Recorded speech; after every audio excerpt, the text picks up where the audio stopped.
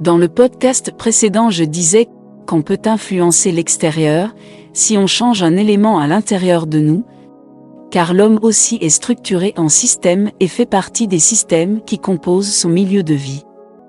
Vu d'un point de vue plus large, l'être humain est un sous-système du grand système universel. Symboliquement, le système est représenté par un mandala. Mais ici, je commencerai par présenter ce concept à travers les théories occidentales, où ce terme occupe une place importante dans la philosophie du XXe siècle, notamment dans la philosophie structuraliste qui offre une possible conceptualisation et une interprétation de la réalité dans laquelle nous vivons. Cette théorie a saisi un aspect important de la réalité naturelle, quelque chose qu'on peut en partie percevoir par le sens commun, raison pour laquelle le terme système peut facilement être accepté dans notre langage actuel. Qu'est-ce que c'est un système ? Le système est un ensemble d'éléments en interaction, selon Ludwig von Bertalanffy, 1901 à 1972, fondateur de la théorie générale des systèmes, TGS. La TGS est une théorie relativement nouvelle, qui traite à la fois des systèmes et des complexités organisées, quelle que soit leur nature et leur type. Ces concepts fondamentaux sont les suivants: système, information, entropie, finalité, organisation, centralisation, interaction, isomorphisme, intégrité. Bien qu'elle se soit développée comme une discipline logico-mathématique, cette théorie est applicable de manière empirique aux sciences techniques où elle trouve son utilité. La TGS favorise l'intégration des connaissances et les méthodes de transfert des principes et des concepts entre disciplines, en introduisant la précision dans la recherche. Pour cette raison, la TGS a été appliquée à la philosophie contemporaine en tant que vecteur de recherche visant à intégrer divers domaines de la connaissance, grâce à une méthodologie de recherche et une conceptualisation unifiée de haut niveau. Donc, nous partons du principe que le système est un ensemble d'éléments qui interagissent, les interactions entraînant le fonctionnement du système. Le terme élément fait référence aux parties du système, qui peuvent être des objets, des phénomènes, des processus, des attributs. Et interaction signifie la connexion qui est établie entre ces éléments d'un système ou la connexion d'un système avec d'autres systèmes. Les liens entre les éléments forment la structure du système, qui est une sorte de construction dans laquelle les éléments ont chacun une certaine distribution, une certaine position, un certain ordre et certaines fonctions. Si l'on prête attention aux éléments, le terme structure semble être statique, mais si l'on porte son attention sur le terme interaction, on obtient une vision dynamique du système. Ce dynamisme du système conditionne sa qualité et donc son bon fonctionnement. Le mouvement produit des influences réciproques, des échanges entre des éléments et des processus du système, mais également des échanges du système avec d'autres systèmes. Si cette dynamique est bloquée, le système entre en état d'entropie, ce qui l'expose à un risque d'extinction.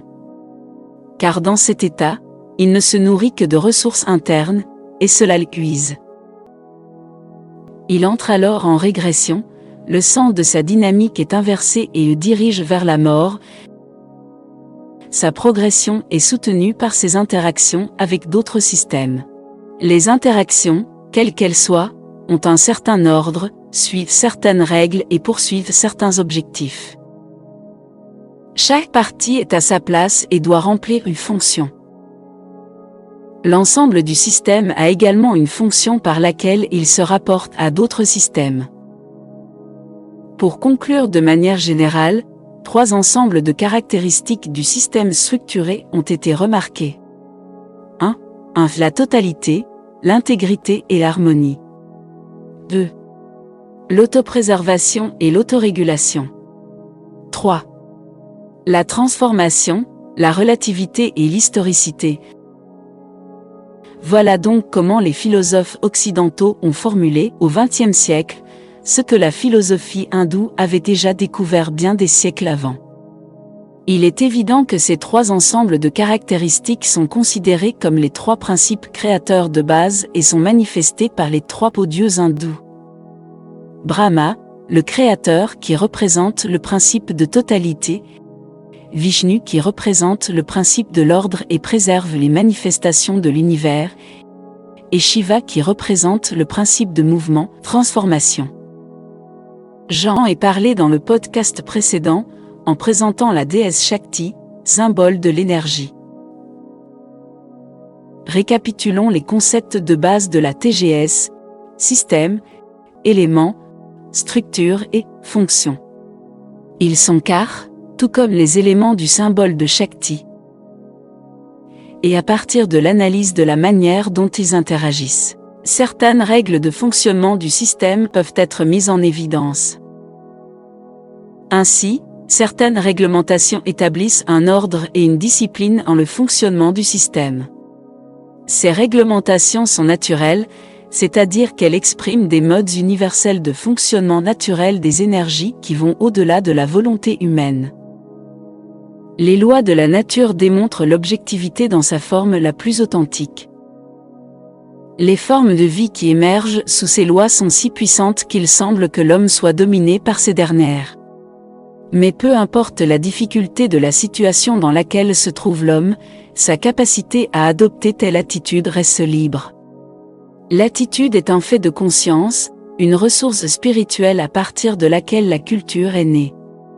L'émergence de la culture a été la réponse de l'homme à la peur qu'il ressentait dans ses relations avec les lois de la nature.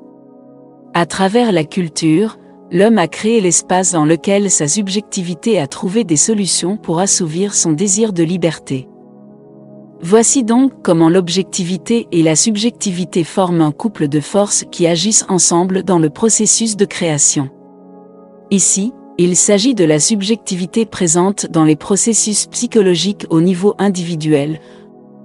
On va voir maintenant qu'au niveau de la science des lois naturelles, la perspective de ce sujet s'élargit pour devenir une question d'attitude sociale.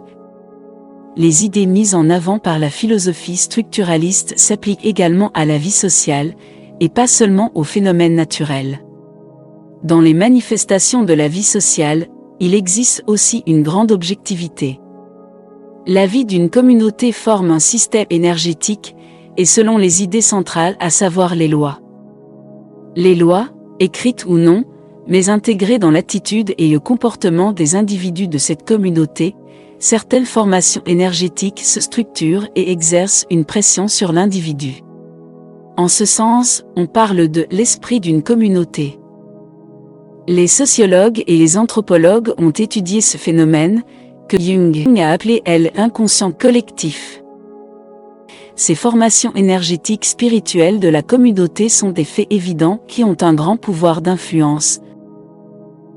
Dans son livre Le procès, Franz Kafka a exprimé métaphoriquement la réalité de cette pression occulte que la formation de l'énergie sociale peut exercer sur l'individu. Je dis occulte parce que certaines tendances de ce phénomène ne peuvent pas être comprises sans une analyse très profonde et que nous ne pouvons donc pas trouver de solution d'adaptation personnelle. Bien sûr, lorsqu'il n'y a pas de conflit, on ne leur prête pas attention, pourtant elles existent. Au-delà de tout progrès technologique, l'homme se préoccupe de la révélation de son propre sens. Même la physique quantique a montré que l'homme ne peut connaître que par projection. Il n'évalue tout rapport avec la nature que sous l'angle du sens qu'il donne au phénomène. En réfléchissant sur ces idées, je me suis souvenu de Shakti sous sa forme Bhuvaneswari, la quatrième déesse du système tantrique, représentant symboliquement l'univers en tant que forme. Elle donne consistance et contenu à toutes les formes, y compris celles de la terre et de l'homme. Elle impose sa volonté et fait ce qu'elle veut. Mais son énergie provient du niveau vibratoire d'Adi Shakti, c'est-à-dire des couches primaires les plus profondes, et correspond au chakra du cœur. Ainsi, Bhuvaneswari génère un grand pouvoir d'intégration et de protection. Elle est donc une déesse très bénéfique pour ses fidèles. À certains moments de sa vie, l'homme se trouve face aux limites imposées par les lois naturelles. S'il n'est pas d'accord avec la loi, la manifestation de sa propre volonté est bloquée, et ses intentions deviennent confuses, comme si elles avaient perdu tout leur sens. On peut dire que la vie fait ce qu'elle veut. Dans le développement de la personnalité humaine, il existe même un complexe de ce type qui correspond au 4e niveau de développement de la personnalité. Ce complexe est vécu très intensément pendant la période 3 à 7 ans, lorsque l'intégration des limites est faite. L'enfant trouve ces interventions limitantes extrêmement frustrantes, mais sans ces limites, pratiquement le développement de la personnalité serait bloqué. Il est contraint de se replier sur lui-même, sur son moi intérieur, et avec les ressources archétypales qui s'y trouvent, le sens de son expansion, de sa croissance spirituelle est récupéré au niveau supérieur. Quand une porte se ferme, une autre s'ouvre, dit un proverbe populaire. Cela correspond à la loi de la physique selon laquelle l'énergie ne se perd pas, mais se transforme. Dans son rapport à la nature, l'homme a un problème axiologique à résoudre. La nature pourrait exister sans la projection de l'homme, bonne ou mauvaise, mais l'homme ne croit pas pouvoir vivre sans utiliser sa capacité à discerner et à valoriser, c'est-à-dire sans dialoguer avec sa propre conscience. L'homme est un être créateur qui dispose d'un certain degré de liberté, d'une autonomie par rapport aux conditions naturelles. Il a toujours sa capacité décisionnelle, mais sans évaluation morale et sans prise d'action responsable, ses productions peuvent être destructrices, même pour lui. Malheureusement, l'évolution de la civilisation a déjà démontré ce fait. La question de la responsabilité est donc plus que jamais d'actualité. La nature agit-elle vraiment sans être sensible aux intentions de l'homme? Parfois, elle nous fournit des exemples surprenants d'une communication qui ressemble à de la magie. Regardez attentivement la photo suivante. Je l'ai prise en marchant sur un trottoir, dans une rue de la ville où je vivais tantôt. Ce sont des arbres ornementaux aux feuilles pointues comme des aiguilles qui provoquent une sensation désagréable au toucher. As-tu remarqué la courbure de chaque arbre en son milieu? J'ai été très surprise quand je l'ai remarqué. Quelle en est la cause? Ces arbres ont été plantés près du trottoir. Par conséquent, s'ils développaient leurs branches naturellement, ils entreraient dans l'espace du trottoir où de nombreuses personnes passent chaque jour. La courbe que l'on voit se situe exactement à la hauteur des mouvements des mains des passants. Mais je ne pense pas que quiconque touche ces arbres, car, comme je l'ai dit, ils piquent. Et je ne pense pas non plus que cette courbure soit l'œuvre des agents d'entretien de la ville, car lorsque ces derniers taillent les arbres, ils leur donnent une harmonieuse forme ovale. Ces arbres ont donc utilisé les informations transmises par les mains des passants, s'y sont conformés et ont adapté leur forme à la dynamique du lieu. Je suis convaincu que notre mode de communication et d'échange d'énergie avec l'environnement dépend également beaucoup de notre intérêt personnel. J'aime les plantes et en général je fais attention aux végétaux partout où je vais. J'ai donc eu l'occasion d'observer cette manifestation unique d'échange intelligent d'énergie. De la même façon, quelqu'un qui aime les animaux pourra fournir un exemple de communication intelligente avec ces derniers. En fait, les échanges d'énergie se produisent naturellement et en permanence, au rythme des mouvements qui sont eux-mêmes permanents. Mais la perception de ces lois d'harmonie dépend de sa propre conscience. Souvent, les patients qui viennent en thérapie me demandent comment faire pour m'expliquer leurs problèmes, par quoi commencer. Je réponds généralement, commencer par ce que tu veux, car nous allons de toute façon arriver à l'essence même de ton problème, m'appuyant sur le fait que nous reproduisons l'histoire de notre vie dans chaque geste. Indépendamment des mots utilisés par mon patient, j'essayais de comprendre ses schémas mentaux. Un jour, un homme est venu vers moi parce que sa femme avait insisté pour qu'il suive une thérapie. Elle avait été patiente auparavant et elle savait comment cela fonctionnait. Tout au long de notre dialogue, il n'a fait que plaisanter. et je lui répondais de la même manière. Mais à la fin de la séance, je lui ai présenté les stratagèmes qu'il utilisait dans sa relation avec l'autorité, et je lui ai dit que sa femme sentait probablement qu'il avait des problèmes au travail. Elle avait donc insisté pour qu'il vienne me parler. Et en effet, à la séance suivante, nous avons parlé de ses problèmes professionnels. Sur quoi est-ce que je m'appuie pour en arriver à de telles conclusions? Sur le fait qu'il existe des lois d'harmonie dans un système et qu'elles provoquent des mouvements énergétiques. De ce point de vue, le fonctionnement d'un phénomène est prévisible. À cette fin, la psychothérapie a intégré dans son système des informations provenant de diverses sciences, y compris les sciences ésotériques, ou pratiques, y compris les pratiques chamaniques. Ces informations sont sélectionnées selon le critère de leur fonctionnalité. Lors des cours de psychothérapie, on parlait déjà de principes valables pour la science en général.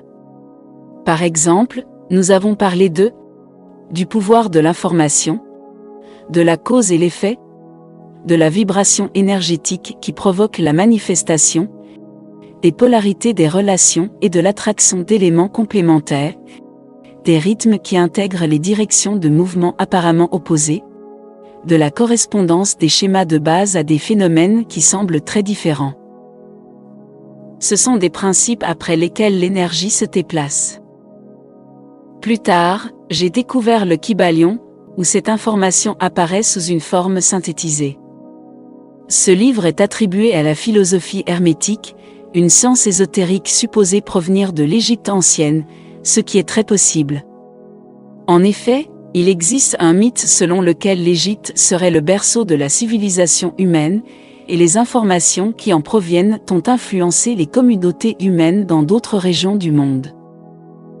Ces principes de performance énergétique ont été démontrés par la science contemporaine. En travaillant avec les énergies, afin de gagner en efficacité, les maîtres orientaux les ont également pris en compte. Ainsi, lorsque nous parlons de principes énergétiques, il semble que tous les sages soient d'accord, quel que soit le système théorique qu'ils représentent. Parce que le respect des principes vitaux garantit le succès du travail avec les énergies.